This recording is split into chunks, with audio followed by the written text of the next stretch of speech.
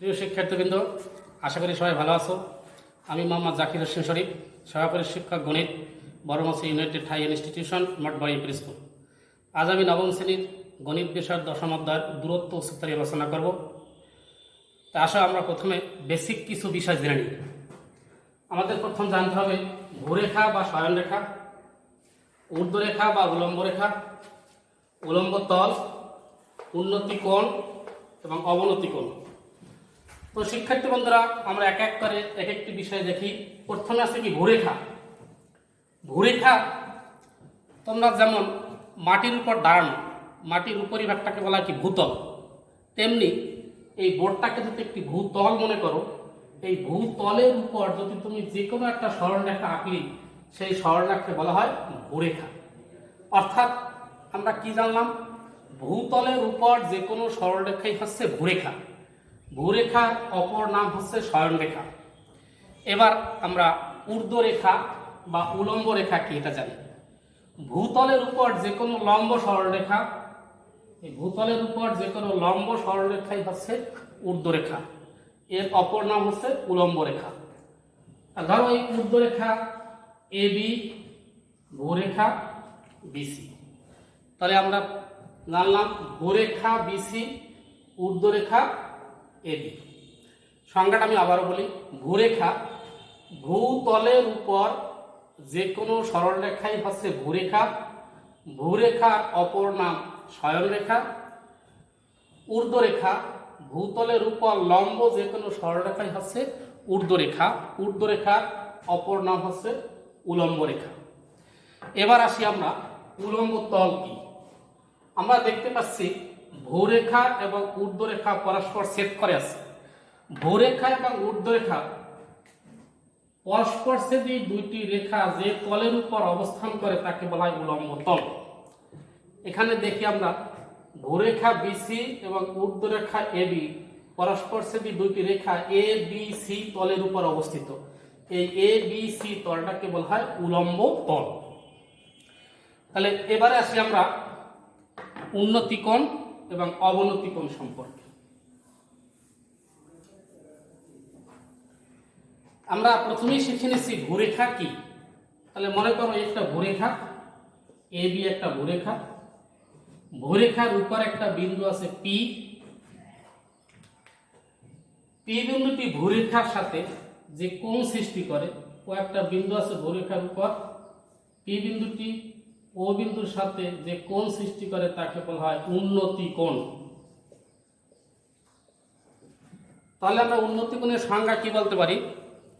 ভূরেখার উপরের কোনো বিন্দু ভূরেখার সাথে যে কোণ উৎপন্ন করে তাকে উন্নতি কোণ বলে। এবার আসি অবনতি কোণ। তখন মনে করো ভূরেখার নিচের কোনো বিন্দু কিউ, ভূরেখার নিচের কোনো বিন্দু ভূরেখার সমান্তর রেখার সাথে যে কোণ সৃষ্টি করে তাকে বলে অবনতি কোণ। অবনতি কোণ। তাহলে অবনতি কোণের সংজ্ঞা কি জানলাম? ভূরেখার নিচের কোনো বিন্দু ভূরেখার সমান্তর রেখার সাথে যে কোণ সৃষ্টি করে তাকে অবনতি কোণ বলে। উন্নতি কোণ থাকে ঊর্ধ্বমুখী, অবনতি কোণ থাকে নিম্নমুখী। তাহলে আমরা কি কি শিখলাম? ভূরেখা, ঊর্ধ্বরেখা, উলম্ব তল, উন্নতি কোণ এবং অবনতি কোণ। এই সকলগুলো সব যদি আমি একটি চিত্রের ভিতরে আনি, তাহলে দেখো তোমরা সেই চিত্র দিকে কোনটা ভূরেখা, কোনটি ঊর্ধ্বরেখা, কোনটি উন্নতি কোণ এবং কোনটি অবনতি কোণ বুঝতে পারো কিনা।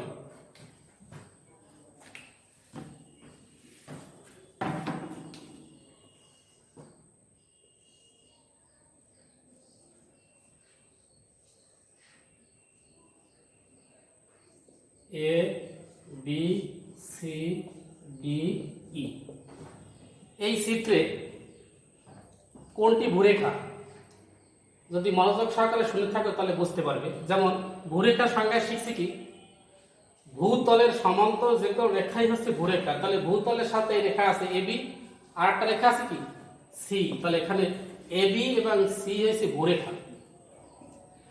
ঊর্ধ্বরেখা, ঊর্ধ্বরেখা এখানে তিনটি, এ থেকে সি পর্যন্ত একে ঊর্ধ্বরেখা বলা যায়, এ থেকে ডি পর্যন্ত এ ডি এটাকে একটা ঊর্ধ্বরেখা বলা যায়, এবং সি ডি এটাকেও একটা ঊর্ধ্বরেখা বলা যায়। তাহলে এই চিত্রের মাধ্যমে আমরা ভূরেখা শিখলাম, ঊর্ধ্বরেখা শিখলাম। এবার শিখি উন্নতি কোণ কোনটা।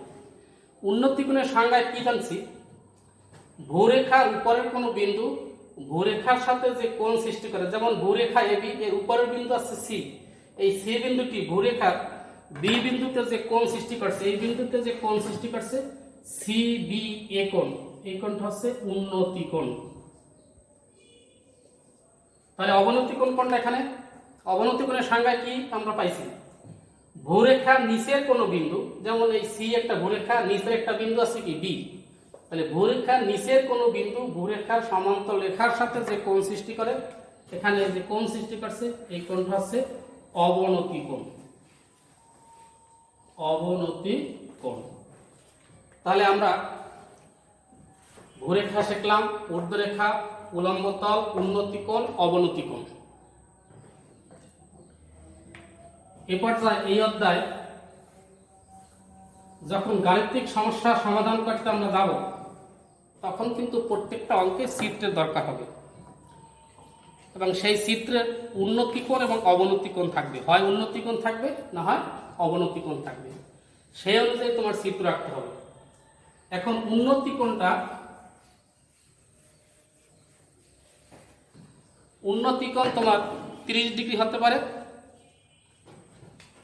30 ডিগ্রি হতে পারে, 45 ডিগ্রি হতে পারে, 60 ডিগ্রি হতে পারে। তিন ধরনের কোণ হতে পারে, উন্নতি কোণ অথবা অবনতি কোণ।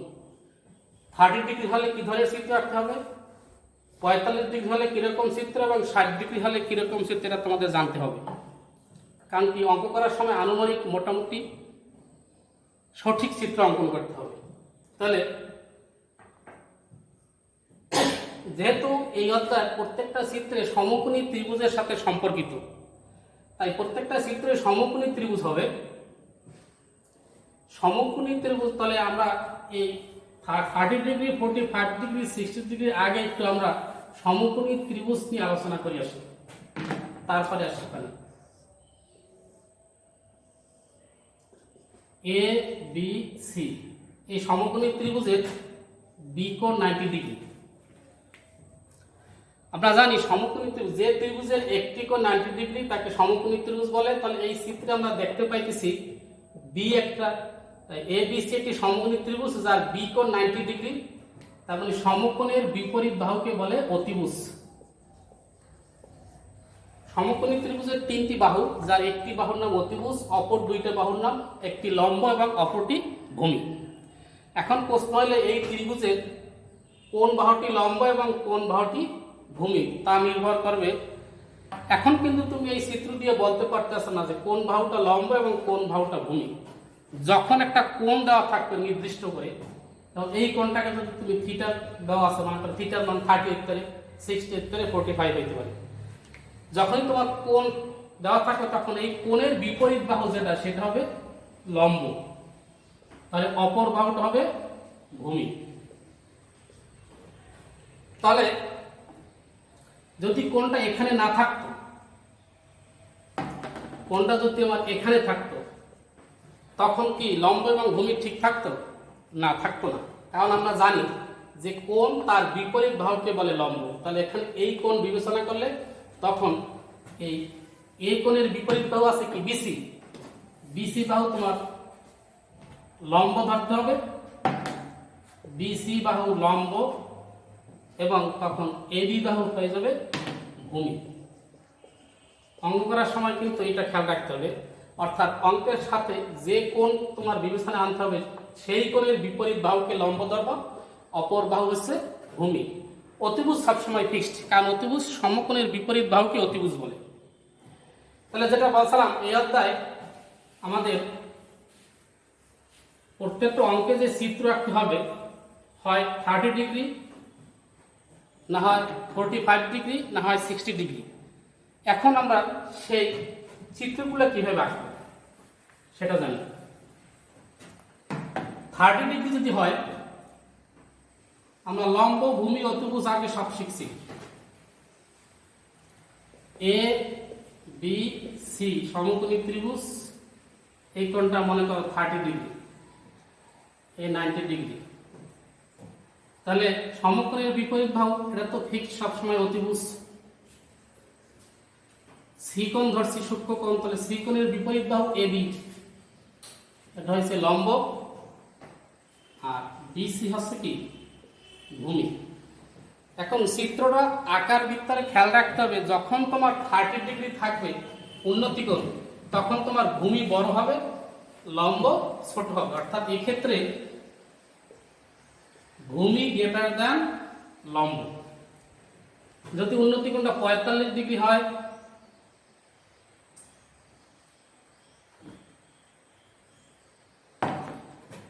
এ বি সি উন্নতি কোণ 45 ডিগ্রি, তখন তোমার ভূমি এবং লম্ব সমান থাকবে।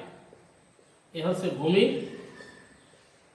লম্ব, অর্থাৎ ভূমি এবং লম্ব তোমার সমান। 45 ডিগ্রির ক্ষেত্রে ভূমি এবং লম্ব সমান। উন্নতি কোণ যদি 60 ডিগ্রি হয়,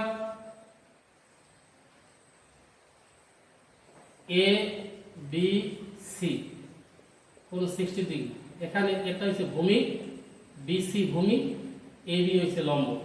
এই শীটে দেখতে পাচ্ছি কি আমি লম্ব বড় ভূমি ছোট, তার মানে ভূমি লেস দ্যান লম্ব। তাহলে আমরা দেখতে পাচ্ছি কি উন্নতি কোণ 30 ডিগ্রি হলে ভূমি বড় হবে, লম্ব ছোট হবে। উন্নতি কোণ 45 ডিগ্রি হলে ভূমি এবং লম্ব সমান। উন্নতি কোণ 60 ডিগ্রি হলে ভূমি ছোট হবে, লম্ব বড় হবে। যখন যে কোণ থাকবে সেই অনুযায়ী চিত্র আঁকতে হবে। আশা করি তোমরা চিত্র আঁকার সময় এই কোণের সম্পর্কে খেয়াল রাখবা। 30 ডিগ্রি হলে ভূমি বড় দেবা, লম্ব ছোট দেবা। 45 ডিগ্রি হলে ভূমি এবং লম্ব সমান দেবা। 60 ডিগ্রি হলে ভূমি ছোট দেবা, লম্ব বড় দেবা। এরপর সমকোণী ত্রিভুজের অতিভুজ এবং লম্ব ভূমি নিয়ে সাইন কস ট্যান এর তিনটি সূত্র আছে, সেই সূত্রটি মনে রাখতে হবে। সাইন থিটা সমান লম্ব বাই অতিভুজ, কস থিটা সমান ভূমি বাই অতিভুজ, ট্যান থিটা সমান লম্ব বাই ভূমি। তাহলে কি জানলাম আমরা? সাইন থিটা সমান লম্ব বাই অতিভুজ, কস থিটা সমান ভূমি বাই অতিভুজ, ট্যান থিটা সমান লম্ব বাই ভূমি। এখন এই তিনটা সূত্র জানা থাকলে বাকি যে তিনটা আছে, যেমন সাইনের বিপরীত কি কোসেক, তাহলে কোসেক থিটা সমান এটা উল্টাই দেবো, উপরে অতিভুজ বাই লম্ব। কসের বিপরীত কি সেক থিটা, তাহলে সেক থিটা উল্টাই দেবো অতিভুজ বাই ভূমি। ট্যান থিটা, ট্যানের বিপরীত কি কট, কট থিটা সমান হবে ভূমি বাই লম্ব। এখন অনেকের এগুলো মনে থাকে না, মনে রাখার একটা টেকনিক আছে। যেমন সাইন থিটা সমান তুমি মনে রাখবা সাগরে লবণ আছে। কিরকম? এই বাক্যটায় তিনটা শব্দ আছে, একটা সাগর, একটা লবণ, একটা আছে। সাগরে মানে সাইন, লবণ মানে লম্ব, আছে মানে অতিভুজ। তার মানে সাগরে লবণ আছে, সাইন থিটা সমান লম্ব বাই অতিভুজ। কস থিটা সমান ভূমি বাই অতিভুজ। এটা মনে রাখার টেকনিক হচ্ছে কবরে ভয় আছে। কিরকম? কবর মানে কস, ভয় মানে ভূমি, আছে মানে অতিভুজ। তার মানে কবরে ভয় আছে, কস থিটা সমান ভূমি বাই অতিভুজ। ট্যান থিটা, টেম সে লাশ ভাসে। কিরকম? টেমস মানে ট্যান, লাশ মানে লম্ব, ভাসে মানে ভূমি। তার মানে টেমসে লাশ ভাসে, ট্যান থিটা সমান লম্ব বাই ভূমি।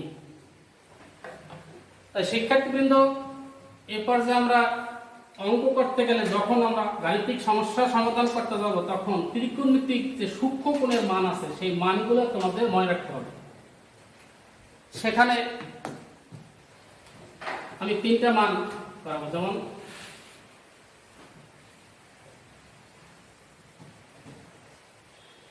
0 degree, 30 degree, 45 degree, 60 degree, 90 degree, sine, cos এবং ট্যান।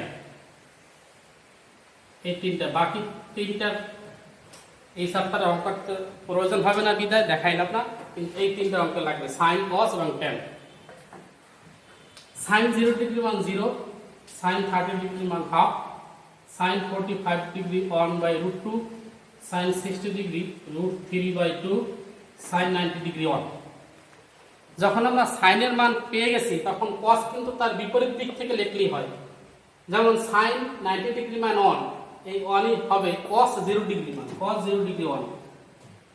সাইন 60 ডিগ্রি মান √3/2, এই মানটাই হবে কস 30 ডিগ্রি মান, √3/2। সাইন 45, কস 45 একই মান, 1/√2, 1/√2। তাহলে সাইন কস 60 ডিগ্রি মান যাবে সাইন 30, সাইন 30 এখানে হবে হাফ, সাইন 0 ডিগ্রি যাবে কস 90 ডিগ্রি মান।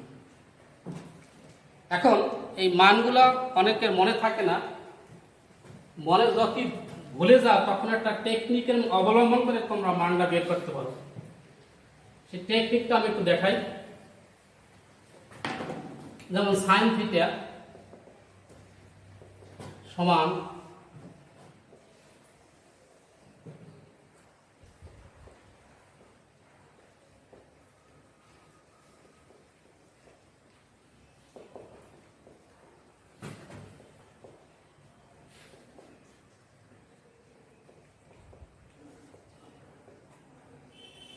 আমি একটা সূত্র লিখছি, সাইন থিটা সমান √/, বৃদ্ধাঙ্গুলের দিকে আঙ্গুল সংখ্যা ভাগ 2। এই সূত্র অবলম্বন করে সাইনের মান বের করা যায়।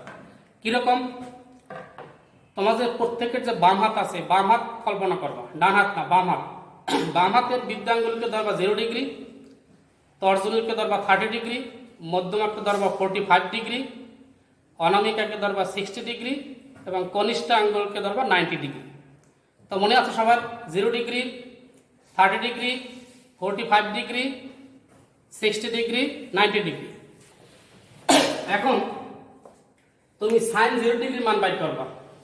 তাহলে আমরা এই বৃদ্ধাঙ্গুল আছে 0 ডিগ্রি, সূত্রটা কি? বৃদ্ধাঙ্গুলের দিকে আঙ্গুলের সংখ্যা, বৃদ্ধাঙ্গুলের দিকে আঙ্গুলের সংখ্যা, কোনো আঙ্গুল নাই, তার মানে আঙ্গুলের সংখ্যা 0, √0/2, 0 এর 2 দ্বারা ভাগ করলে 0 হয়।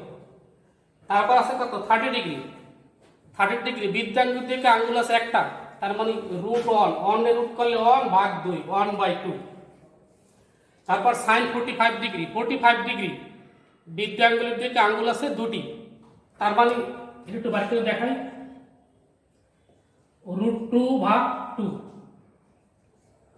√2 এই 2 এ লেখা যায় √2 × √2, একটা কাটা যায় 1/√2। এরপর সাইন 60 ডিগ্রি মান, 60 ধরছি আমরা, এটা বৃদ্ধাঙ্গুলের দিকে আঙ্গুল আছে 3টে, তার মানে √3/2, √3/2 পাইলাম।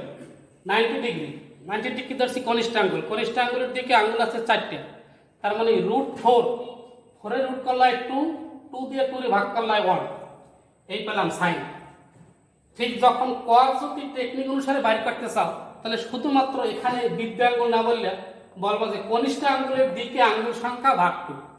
একটা আমি বুঝাই দিই, যেমন cos 0 ডিগ্রি, আমরা এটাকে ধরছি 0, তা কসের সূত্র হবে কি? কনিষ্ঠ আঙ্গুলের দিকে আঙ্গুল, কনিষ্ঠ আঙ্গুলের দিকে আঙ্গুল আছে 4টে, তাহলে √4/2, √4 এর করলে 2/2, তার মানে হয়। এভাবে যখন সাইন বের করবা তখন তোমার মনে রাখতে হবে যে বৃদ্ধাঙ্গুলের দিকে আঙ্গুল সংখ্যা, আর যখন cos বের করবা তখন মনে রাখতে হবে কনিষ্ঠ আঙ্গুলের দিকে আঙ্গুল সংখ্যা। এবার আসি আমরা ট্যানের মান। যেহেতু সাইন এবং কস পেয়ে গেছি আমরা, ট্যান বের করা সহজ। ট্যান থিটা সমান সূত্র জানি আমরা, sine theta by cos theta. এখন ট্যান 0 ডিগ্রি বের করব, তার মানে সাইন 0 / কস 0, তার মানে এই সাইন 0 এর মান 0/1, তার মানে 0, অর্থাৎ সাইনের মানকে কসের মান দ্বারা ভাগ করো। তাহলে ট্যান 30, সাইন 30 / কস 30, সাইন 30 এর মান হাফ, যদি ভাগ করি √3/2, তার মানে ভাগ তো আমরা যদি গুণ দিয়ে উল্টাই দিই 2/√3, তার মানে এটার মান পাইলাম 1/√3। এরপরে tan 45 ডিগ্রি sin 40 ভাগ cos 40, এটা ভাগ করলে 1 হয়ে যায়, এটাতে এটা ভাগ করলে √3। আর tan 90 ডিগ্রি sin 90 ভাগ cos 90, তার মানে 1/0, 1/0 কোন সংখ্যার হর শূন্য হতে পারে না, শূন্য হলে সেটা অসংজ্ঞায়িত, তার মানে tan 90 ডিগ্রি মান অসংজ্ঞায়িত। তো শিক্ষার্থী বন্ধুরা, আমরা আজ এই অধ্যায়ের বেসিক বিষয় জানলাম। আগামী পর্বে আমি তোমাদের সামনে গাণিতিক সমস্যা নিয়ে উপস্থাপিত হব। ধন্যবাদ সকলকে।